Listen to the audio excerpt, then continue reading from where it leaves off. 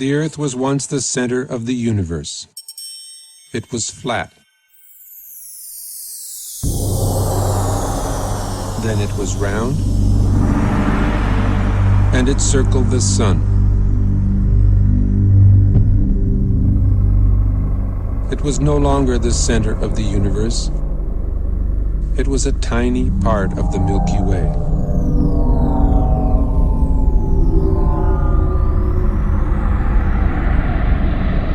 The Milky Way was the only galaxy, except it wasn't. It was only one of billions of galaxies floating in space without end.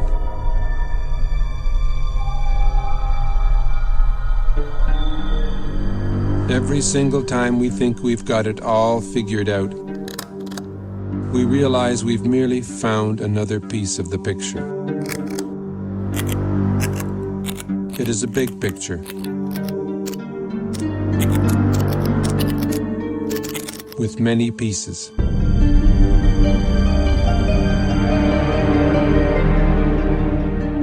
Sir Isaac Newton was the first to state the law of gravity. Eventually, everybody agreed that gravity alone formed galaxies and stars and planets, and that gravity alone holds the universe together.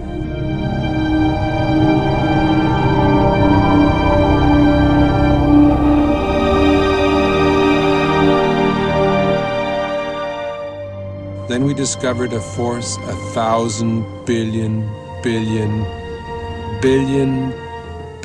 times more powerful than gravity.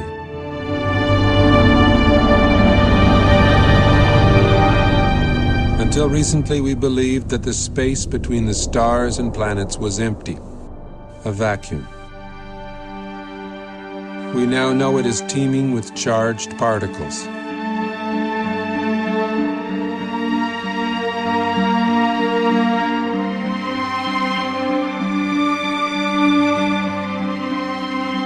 We see glowing electric filaments spanning millions of light years.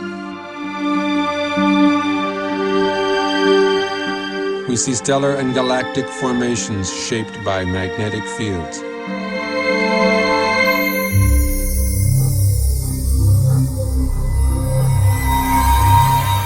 Only electric currents create magnetic fields.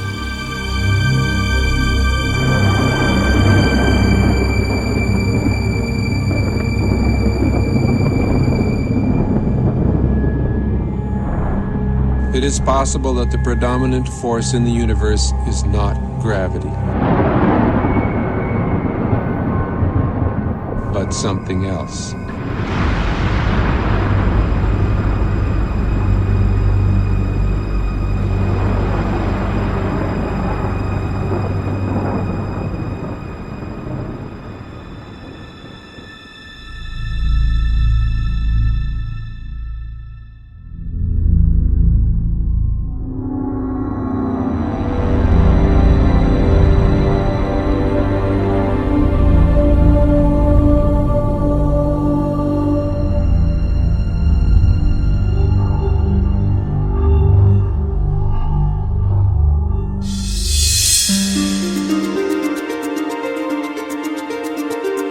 Recent discoveries in space have amazed and perplexed astronomers.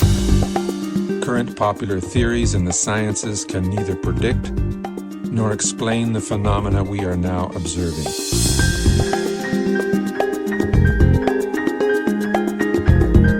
A new theory is being proposed.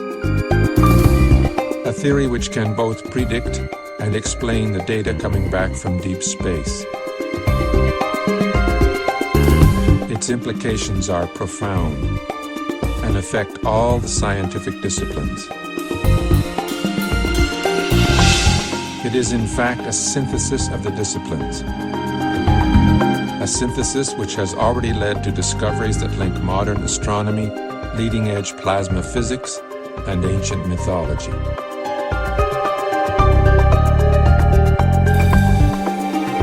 The electric model offers us a new interpretation of the workings of the universe, the history of our solar system, and even human history.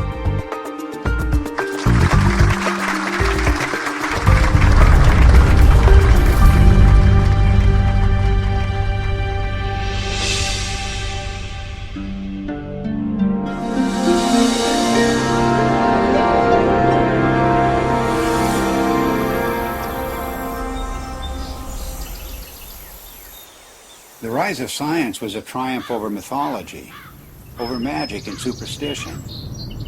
That's why the word science today implies reliability.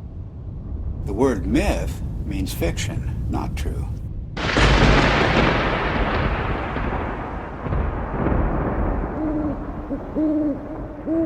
And it turns out that the key to understanding the myths is the same key that is now helping us to understand objects in deep space, to understand the workings of the physical universe. That key is electricity. It was 33 years ago that I first began to wonder about these preposterous stories told around the world, what we call world mythology. What was it that provoked this incredible outpouring of human imagination just a few thousand years ago, just before the birth of the first civilization? I came to a radical conclusion that the myths arose from extraordinary natural events. Our early ancestors witnessed things in the sky that are not seen today. The events were awe-inspiring, both beautiful and terrifying. So it shouldn't surprise us that the myths are so incomprehensible. Well, of course they're incomprehensible. The celestial references are no longer present. It was in 1994 that I was invited to come to the U.S. to attend a conference which was dealing with the possibility that the ancient sky, as witnessed by our earliest forebears, was different to the one we see today. I'd been interested in this kind of idea because it could only be explained in terms of electromagnetic influences within the solar system. So it came as a bit of a shock and a surprise to see David Talbott showing slides at one of the sessions at the conference, which I recognized immediately as being similar to those of electric discharges in the laboratory.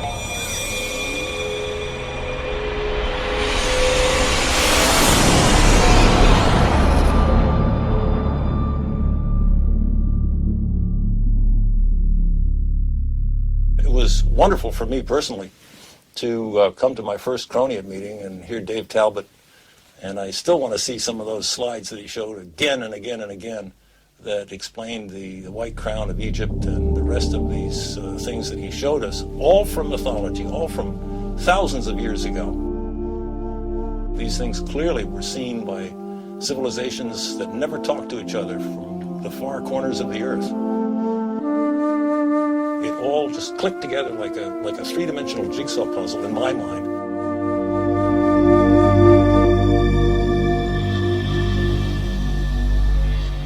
A breakthrough for me came when I realized that many different cultures spread around the world use different words, different symbols, different myths to describe precisely the same formations in the sky. The Ouroboros, or celestial serpent biting its tail, for example, occurs on every habitable continent, but it has no ties to the world we now observe. Like all of the archetypes, it is part of an alien sky. A cosmic column rising to the center of the sky, holding aloft the wheel of heaven. And much more than a wheel, because this was the revolving cosmic temple, the city of the gods, the kingdom of heaven, always resting on the cosmic column. Then there's the image of the four rivers or pathways radiating from the center of the sky out to the boundary, the rim of the wheel. The simplest forms lead you invariably to the full story of world mythology. The hero's journey unfolds as the story of the wheel's axle. The mother goddess finds her identity in the star at the summit, the hub and spokes of the wheel.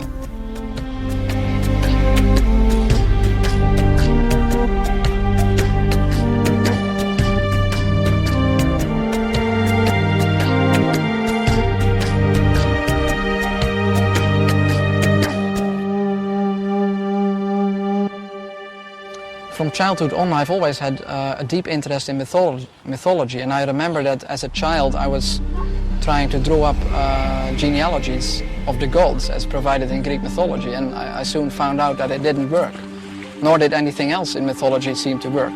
There was no singular fitting explanation that would make sense of these stories. So I basically laid this whole subject to rest, and I didn't look at it for many years.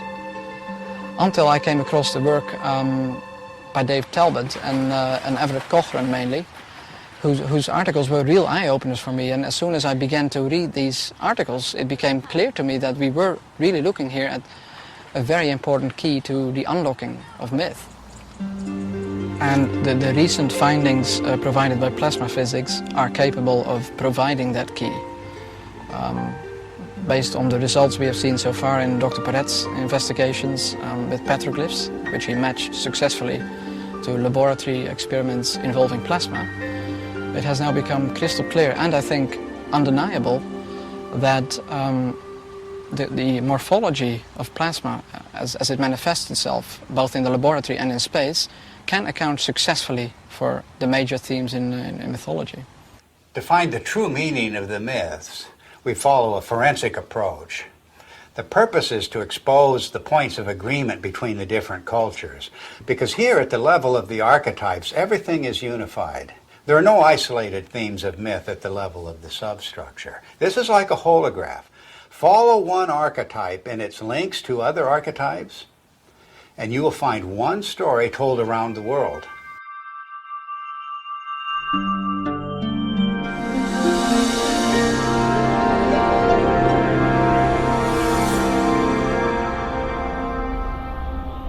Throughout almost all of history, we have regarded the states of matter as being solid, liquid or gas. But in the last century or so, we have found that there is a form of matter where the charged particles within atoms are separated to some degree or another, and that is known as a plasma. It is the fundamental state of matter.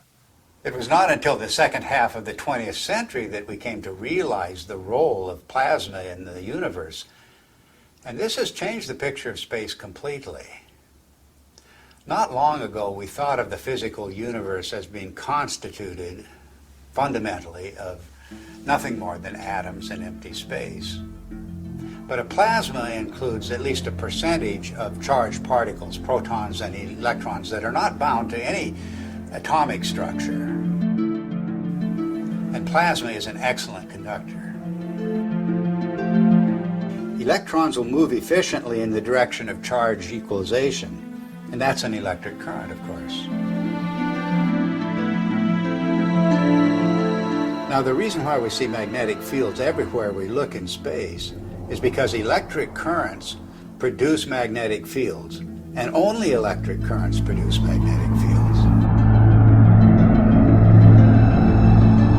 But astronomers working only with gravitational equations did not anticipate the discovery of pervasive magnetic fields in deep space.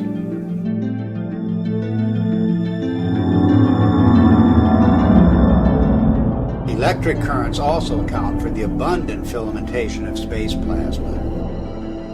First, the electric currents produce the magnetic fields. Then these fields confine the electron flow to narrow paths. Such current paths, or filaments, are called Birkeland currents, named after the pioneer Christian Birkeland. They are typically braided just like the twisted wires of transmission lines on Earth. Well, that's their role in space, to conduct electricity across vast distances, creating the astonishing structures we observe in every direction. None of these structures were anticipated by gravitational theory, and none are indicated by the behavior of neutral gases in a vacuum. In any theory of the universe, plasma is extremely important because it has been found since the space age that it makes up 99.99% of the visible universe. So our inexperience with it on the Earth's surface is rather crippling when it comes to trying to decide on a cosmology to explain the visible universe.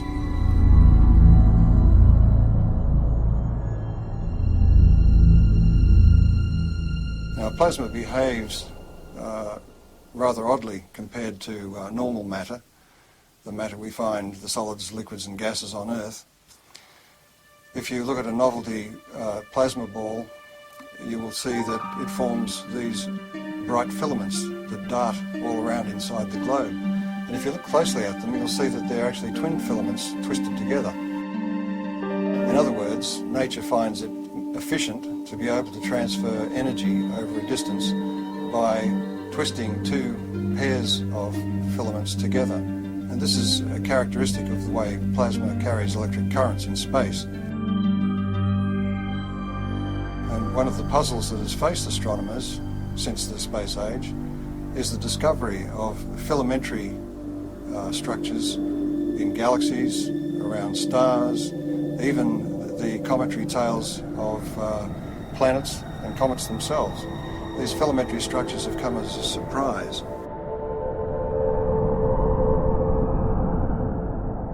We now have plasma physicists who are doing important experiments in laboratories around the world, and one of the virtues of plasma experiments is that they can be scaled over an enormous number of magnitudes. In other words, a discharge phenomenon that may be seen in the laboratory that occupies only a few centimetres can be scaled up to the size of a galaxy, and you will see the same structures. Now this introduces a new area into cosmology where we can do experiments on Earth which can verify our ideas, our theories about how the rest of the universe works. Some of the natural consequences of electrocosmology are the patterns that we see, both in the laboratory and in the sky. A very good example of this is the work of Dr. Anthony Peratt, who was a graduate student of the very famous Hannes Alfvén, who was really the father of electric cosmology. Peratt simulated on a supercomputer using just a cloud of electrical charges and a magnetic field, just using the laws of electrical science, not using anything to do with gravity. He simulated what looked like a spiral galaxy. And the interesting thing is that Peratt's spiral galaxy in the laboratory had exactly the same rotational properties as the real spiral galaxies that we see in the sky do.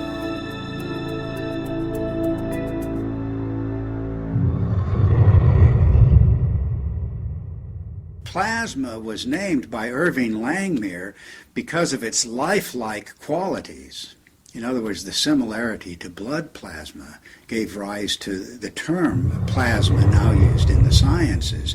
Well, this has incredible meaning for us because of the nature of the metamorphosing. The God who is now an eagle, now a serpent or dragon, now a leonine figure with long flowing hair.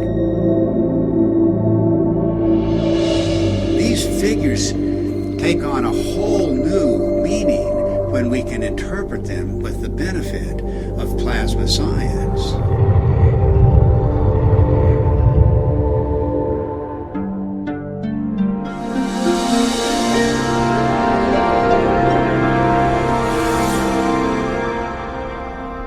The new instrumentation that was developed in the space age expanded our ability to perceive things, perceive facts. We could now see things in the entire electromagnetic spectrum instead of just the narrow sliver of visible light. What you're seeing is the actual moment of deploy there when we take the switch to deploy, and it's so quiet. And we had sensors that were out in space. We were freed from the geocentric and anthropocentric order that had prevailed before.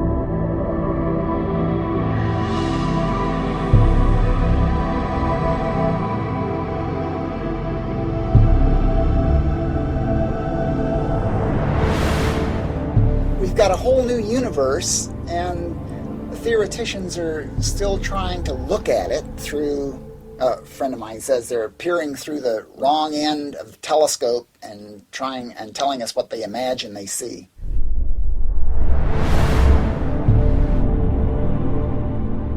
Modern cosmology gives us a rather disconnected view of the universe. In other words, we are separated star from star by vast distances. Light takes a long time to travel between stars and across galaxies, and therefore we look upon ourselves as isolated and disconnected. The electric universe takes a different view. It says that we are part of the sun's environment, electrical environment, and the sun is a part of the galactic environment. And the galaxy itself is strung, like all galaxies, on huge electric currents flowing through the universe.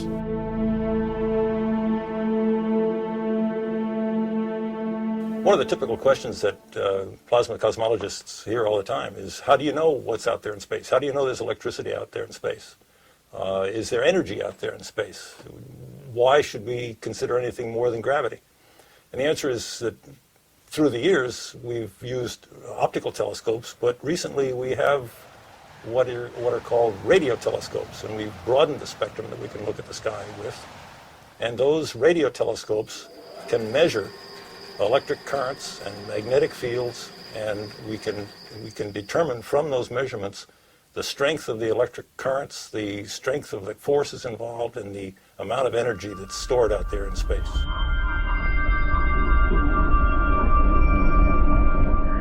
The two major pillars of modern cosmology are based on the theories of relativity and quantum theory, and yet, as Einstein himself noted, the two are incompatible.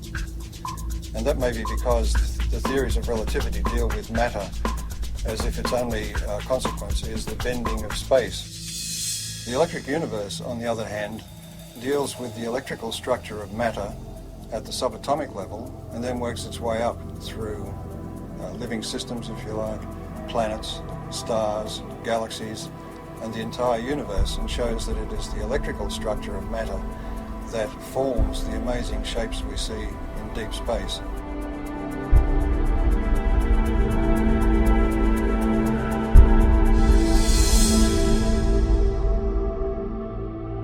We can demonstrate the existence of these currents flowing between galaxies and between stars by the presence of the magnetic fields they generate.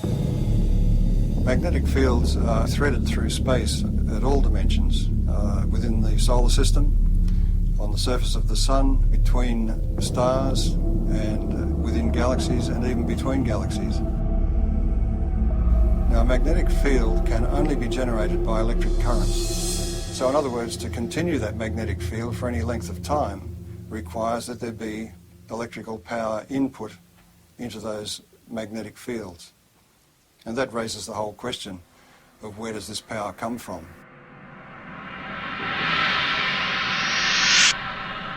Modern cosmology is highly mathematical. In fact, we were joking before about the idea that the only people who understand cosmology are professional cosmologists. The basis of cosmology, really, if you hunt for it, lies in Einsteinian relativistic mechanics. And when Einstein promulgated his ideas, he totally and completely ignored anything electrical. And so the modern cosmology, with all of its ideas of omega and expanding universe and inflation theory and the Big Bang and all the rest of it, are predicated on a foundation which ignores almost half of man's knowledge about the way the universe works, which is electricity. It may sound like I'm dismissing Einstein and his theories of relativity out of hand, but we have to give Einstein credit for his integrity in pointing out that his theory did not meet his requirements, and that is that his theory had to be tied back to some form of reality. And there is no explanation as to why matter should curve space to give the effect of gravity. He felt that quantum theory, being a probabilistic theory, divorced cause and effect. And this is one of the things you cannot do in physics, is divorce cause and effect. Otherwise, you might as well give up and get a real job. But this is a puzzle that dogged Einstein through his later years, to the point that his followers tended to go off and use his geometrical explanations to conjure up things like black holes and neutron stars and so on, and the expansion of the universe and the Big Bang, without referring back to Einstein, who, with great integrity, said he wasn't satisfied with his explanation. One of the problems faced by astronomers after the space age began was to explain the discovery of very concentrated outbursts of energy in deep space. And that meant for them, since gravity is the only driving force available to them, that they required an infinite concentration of mass, because gravity is an infinitely weak force.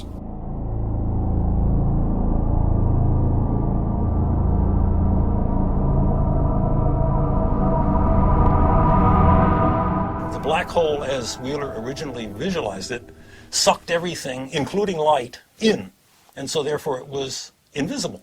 So he could postulate its existence, and we couldn't see it. And because we couldn't see it, we couldn't prove that it wasn't there.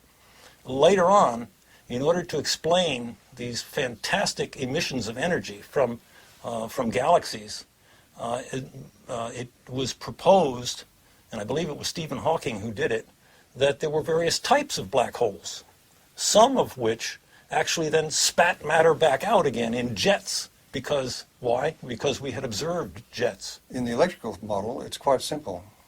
If you think about it, the power that's expressed in your own home, in the heaters and the electric motors and the lighting and so on, is actually generated at a vast distance away from your house. In deep space, the same thing is true. The energy which we see concentrated in these events which are attributed to black holes and so on can more easily be explained as the confluence of electric energy from different parts of the same galaxy or even from other parts of the universe. And it is this explosive release of energy which forms the vast jets that we see lit up and exploding from the centers of active galaxies. We also have observed double radio sources either side of galaxies. And that event was predicted by Hannes Alfvén, the founding father of modern electrical cosmology, and is still to this day unexplained by standard cosmology. One of the most interesting phenomena in the sky is the so-called pulsar. A pulsar is an object that is observed to put out pulses, both of light and radio activity, RF, in the RF spectrum, and those pulses are extremely rapid.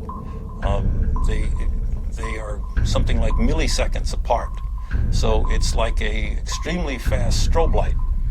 And thinking of a strobe light, astronomers immediately leapt to the lighthouse kind of analogy, something that must be spinning around, the beam is going around, and it's going around so quickly that this thing goes flash, flash, flash.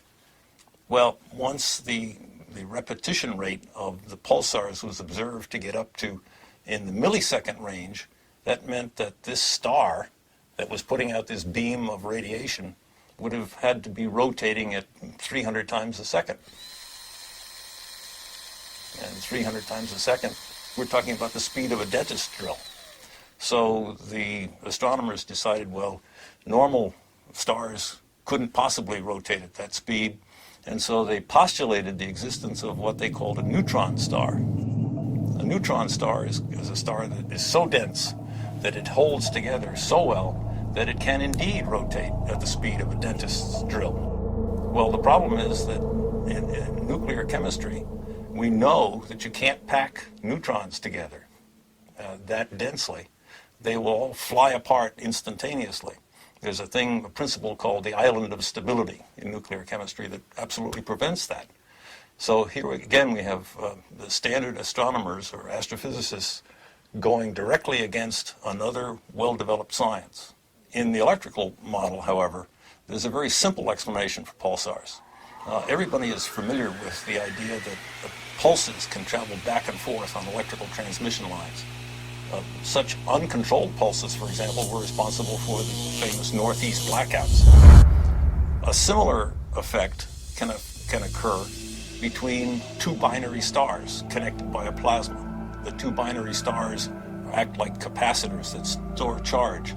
And if you reduce that in size to something you can produce in the laboratory, you can produce it in the laboratory, and it's called a relaxation oscillator. And electrical engineers use it and have used it for decades. The idea of producing pulses every few milliseconds is a sophomore level experiment in an electrical engineering laboratory. It doesn't require neutronium, strange matter, or any other fictitious device. All it requires is two capacitors, a battery, and a nonlinear resistor. And we maintain that that's exactly what a binary pair of stars connected by a plasma field presents.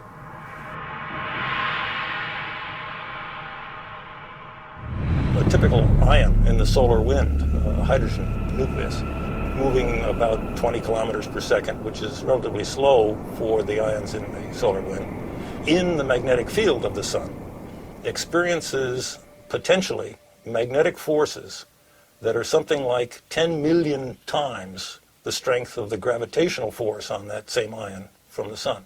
An interesting demonstration that illustrates very readily the relative strength of magnetic force and gravitational force is the simple idea of a ball bearing sitting on a wooden table.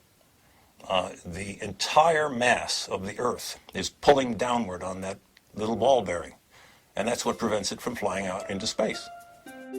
But a child can come along with a little horseshoe magnet and click, pick that ball bearing up instantly. The space age presents us with an interesting paradox.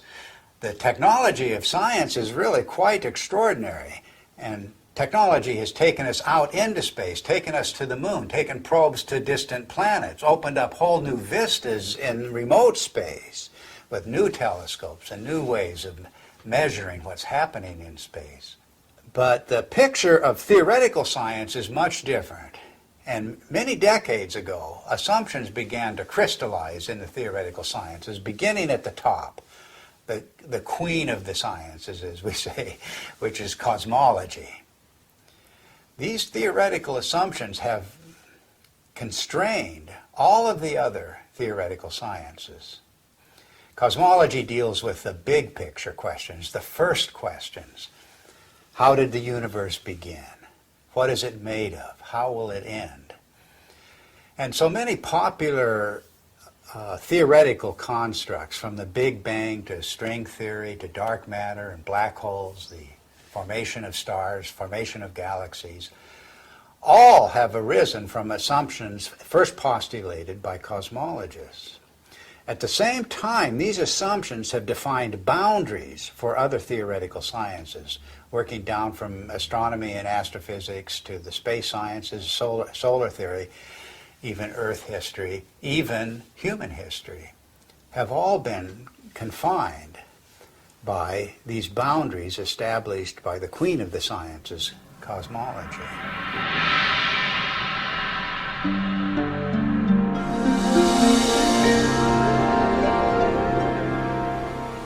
The sun just dominates our sky as the source of light and warmth and life itself on Earth.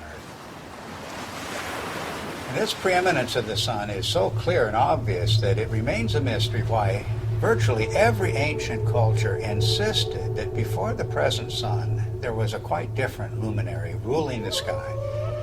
The central sun, the superior sun, the best sun, the motionless sun. And all of these cultures, whatever may be the meaning of these traditions, are insisting that the sky has changed. Of course, our ideas about the sun have continually changed. Only a few centuries ago, the sun was a campfire or ember in the sky. Then, early in the 20th century, under the influence of gravitational theory, the sun was seen as a gravitationally collapsing nebular cloud.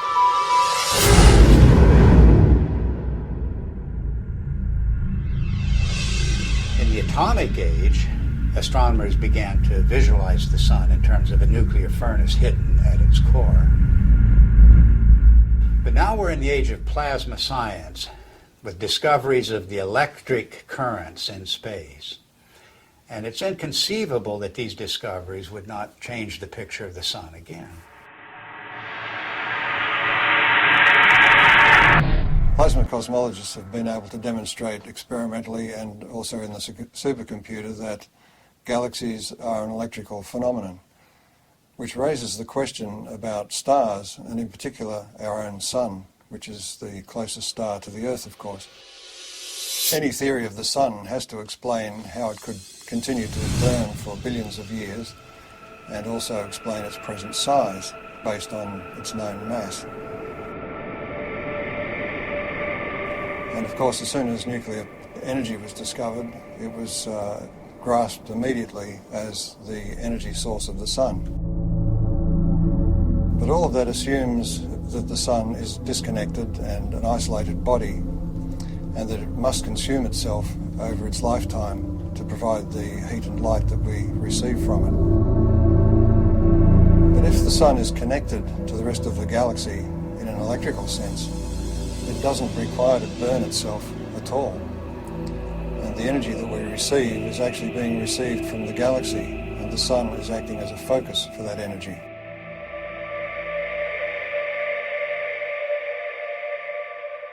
The sun is actually a fairly typical star. And so if we want to understand stars and cosmology, we really have to understand the sun. And the standard model of the sun, so-called, that astronomers are so very proud of these days, really doesn't explain very much about the sun. Why is there a corona in the first place? Everybody knows about the corona, the beautiful corona that we see during solar eclipses. Why is it there? It's clearly an electrical phenomenon.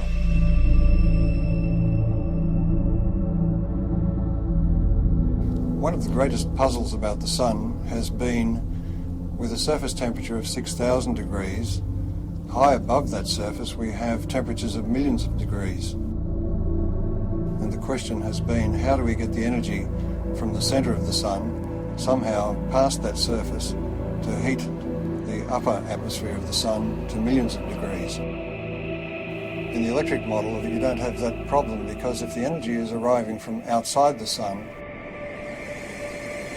the first place you expect to see that energy expressed is above the sun in its tenuous atmosphere. And that is the place where particle acceleration occurs, and the apparent temperature goes very high indeed, up into the millions of degrees.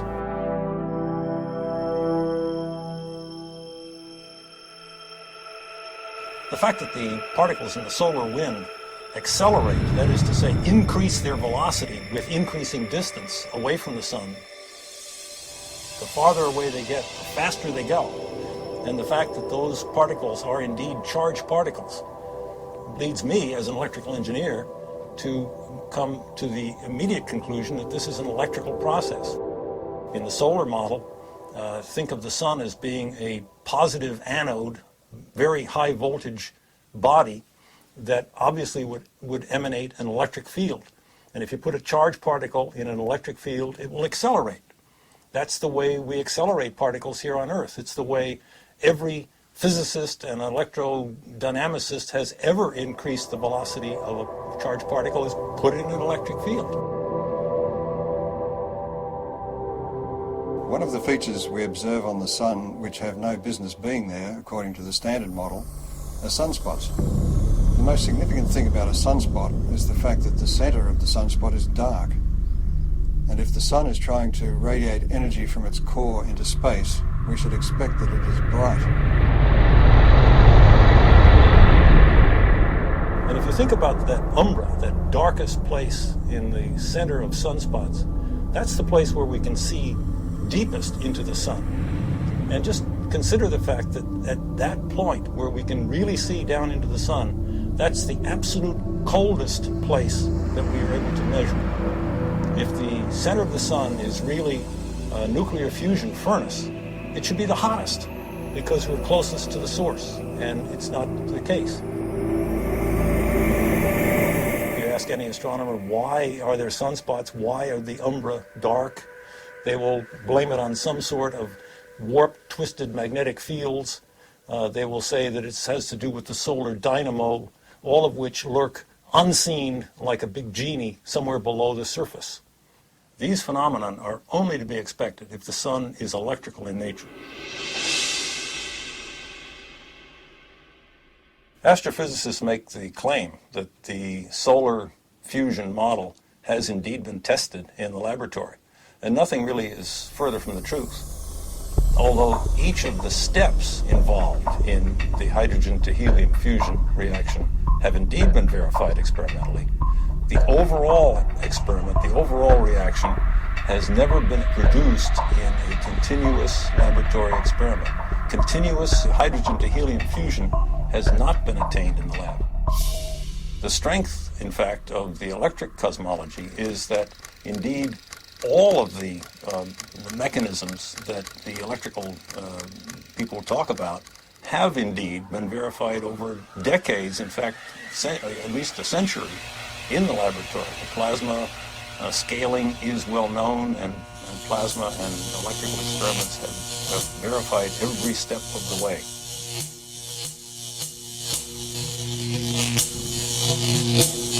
There are any number of observations that have ad hoc present explanations, but really have no explanation in the standard model, and are natural consequences of the electrical model.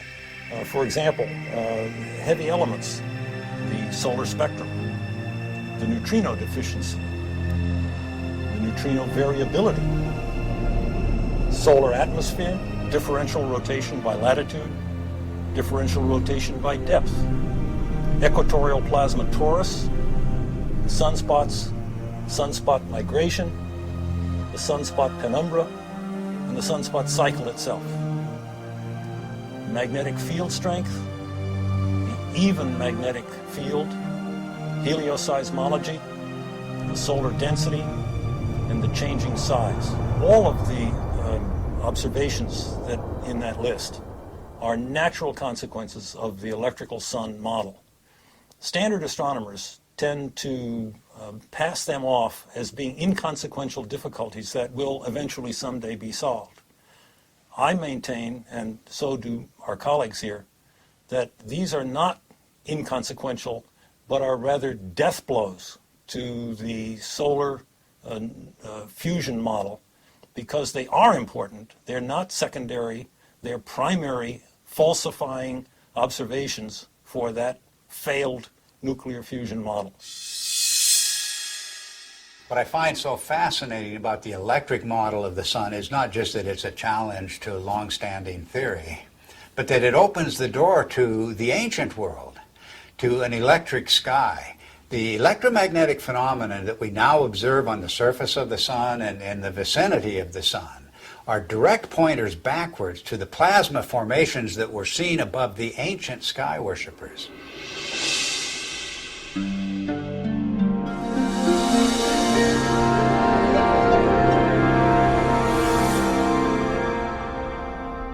Electrical currents in space can either be invisible or they can be visible. If they're very diffuse, in other words, there's very little energy per cubic meter, they will be invisible. But where that energy becomes concentrated, it will begin to glow. And we see this kind of thing in the ion tails of comets, for instance. Where the energy becomes very concentrated, we begin to see arcs and sparks, if you like. Electrical discharge phenomena.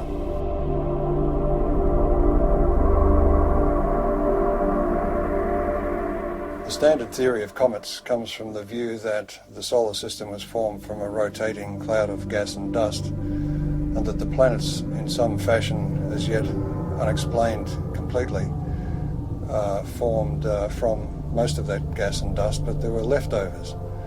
And the leftovers are beyond sight, outside the solar system, in a hypothetical Oort cloud, as it's called.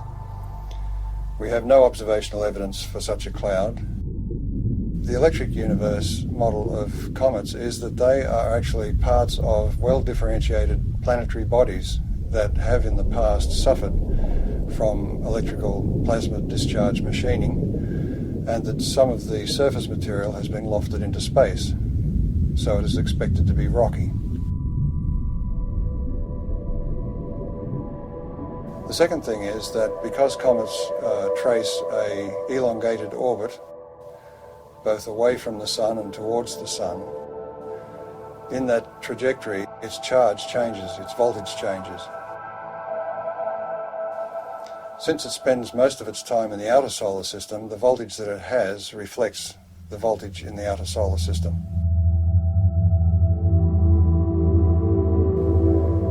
But as it hurtles towards the sun, as it enters towards the Earth's orbit, the voltage is changing rapidly, and the comet has to respond to that by beginning to discharge.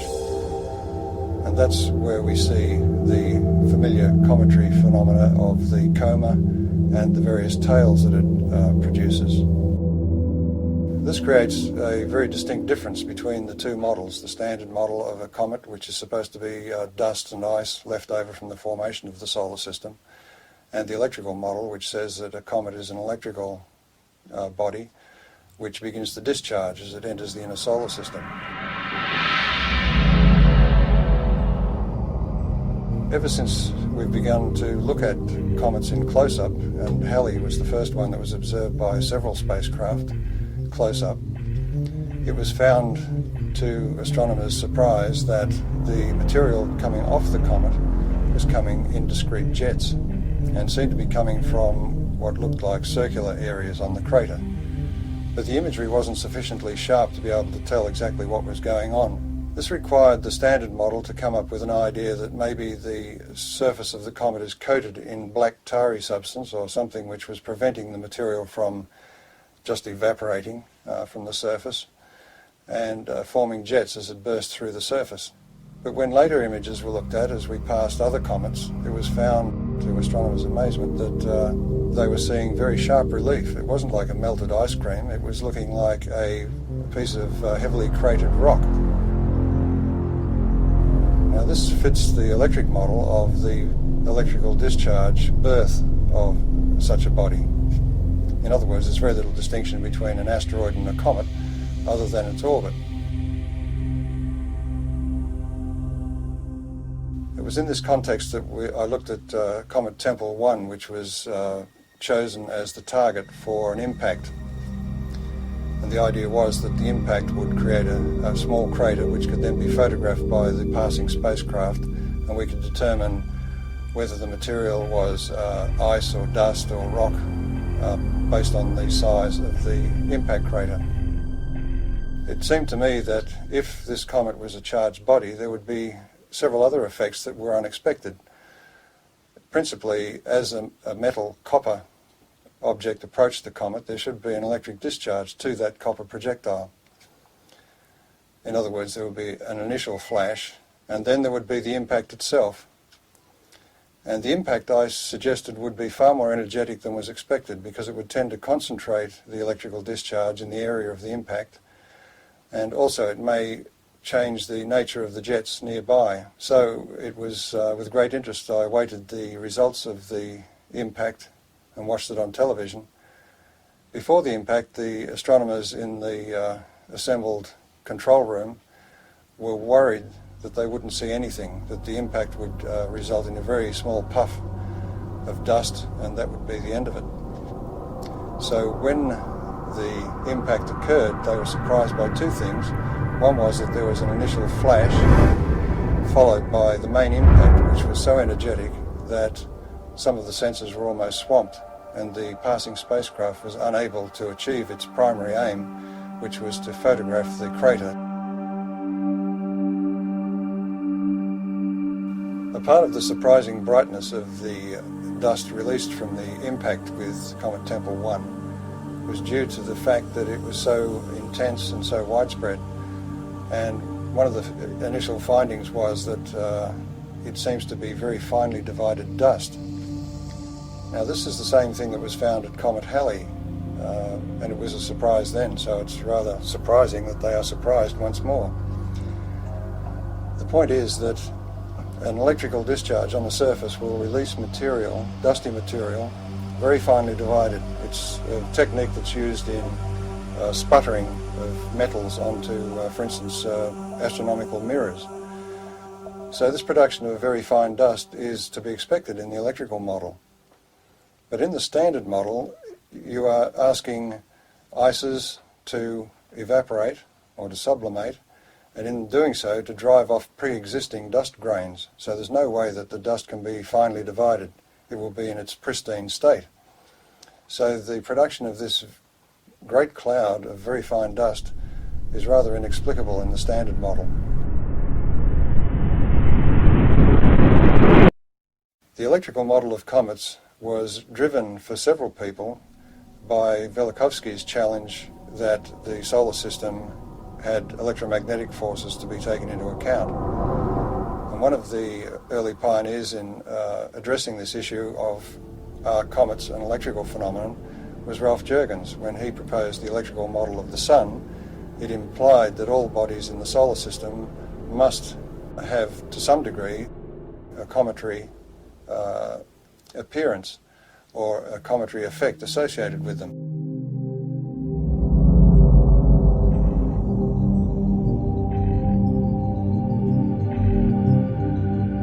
Ralph Jurgens, in his model of the Sun, showed that bodies moving radially towards or away from the Sun would experience electrical forces which could induce a cometary display, that is, a visible display.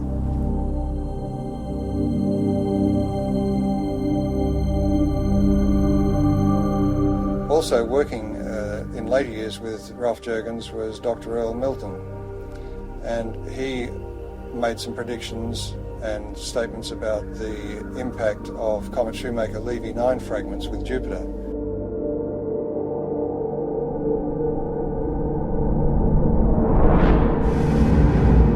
And his view of the electrical nature of those impacts was also vindicated.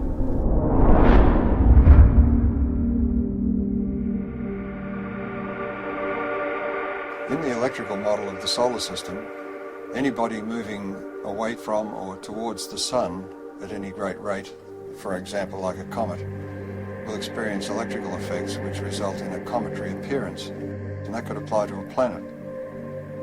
Now Velikovsky, in his research, found that Venus was described as a stupendous comet at some point in ancient times.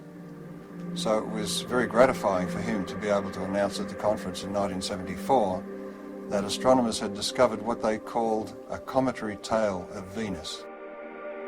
Some years later, it was announced that it was discovered that stringy things were coming from Venus. And of course, this was confirmation to the electrical model because plasma currents flow in strings. This discovery of a cometary aspect of Venus raises the issue of the intense heat we find on Venus. That intense heat is not well explained at all by any idea that the planet is somehow a twin of the Earth's. It raises the distinct possibility that Venus has had a far more dynamic history than we've been taught.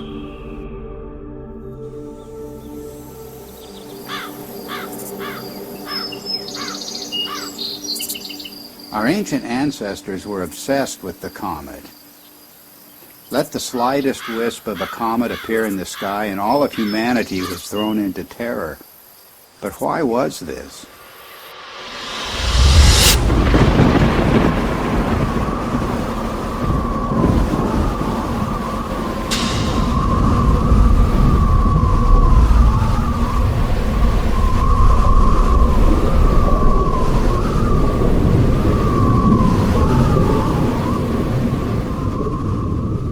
It was cosmic catastrophe that inspired the ancient words and phrases for the comet.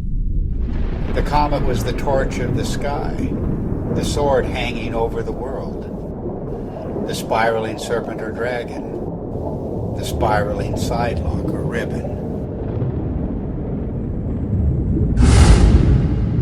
The angry or lamenting goddess soaring across the sky, her hair disordered and blowing in the wind.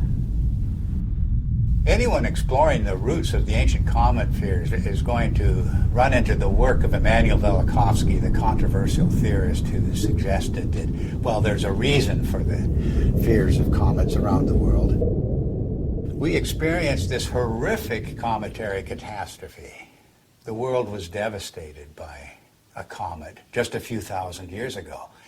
And Velikovsky went further. He said that not that long ago, planets appeared in the sky with comet-like attributes. In particular, he named the planet Venus as the great comet of antiquity.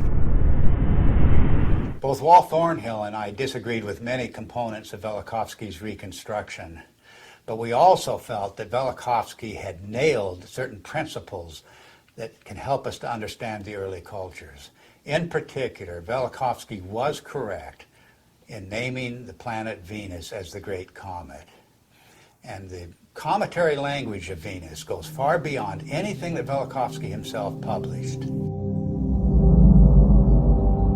In every corner of the world, the language of the comet and the language of Venus are identical.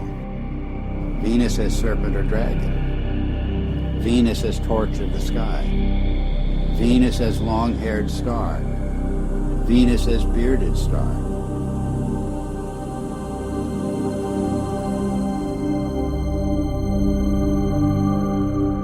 The Sumerian goddess Inanna was identified as Venus. She was the Lady of Life. But in her terrible aspect, she became a dragon-like flame in the sky.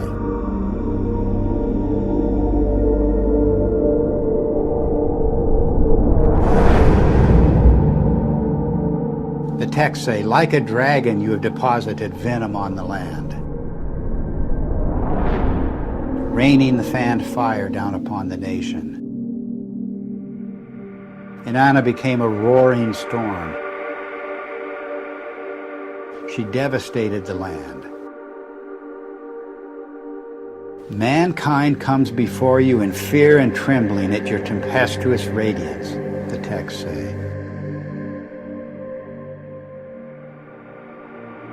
Inanna's Babylonian counterpart Ishtar was also identified as Venus. She was the shining torch of heaven and earth. Furious and irresistible onslaught. I rain down like flames, the goddess announces. The Egyptian goddess Sekhmet has the same attributes. She takes the form of the fiery Uraeus serpent. She becomes a flame of fire in her tempest, a star scattering its flame in fire. Sekhmet herself says, the fear of me is in their hearts, and the awe of me is in their hearts. No one at all can approach her, the coffin texts say. The streams behind her are flames of fire. The astonishing fact is that goddesses everywhere exhibit this terrifying and cometary aspect. The Canaanite Anat, the Hindu Kali and Durga, the Greek Aphrodite, Athena, Medusa, and countless others. And of course, you can add numerous counterparts in the New World, from the Incan goddess Chaska to the Aztec goddess Xochiquetzal to the legendary Nokomis of North American Indian tribes. The serpent or dragon is an unexplained mythical archetype. There's nothing like it anywhere in the biological world. And yet the same recurring features will be found in cultures the world over. The dragon's disheveled hair and shaggy beard. Its knotted aspect, and its worldwide appearance as entwined twins.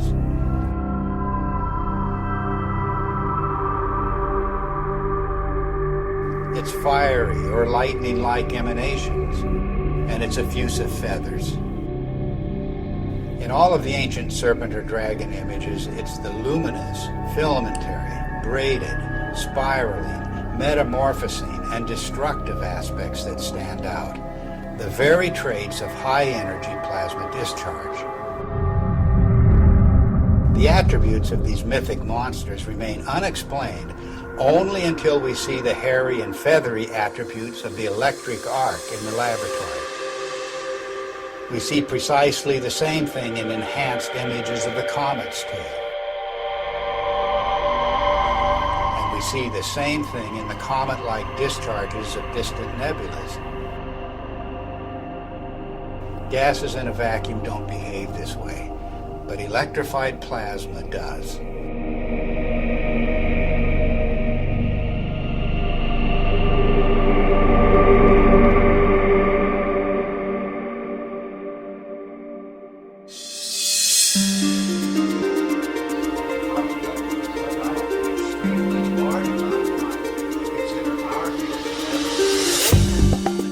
The recent discoveries about the comet have astonished astronomers. Extreme ultraviolet light, X-rays, supersonic jets, sharply etched surface relief, and cometary nuclei fragmenting explosively. No one expected such high-energy events.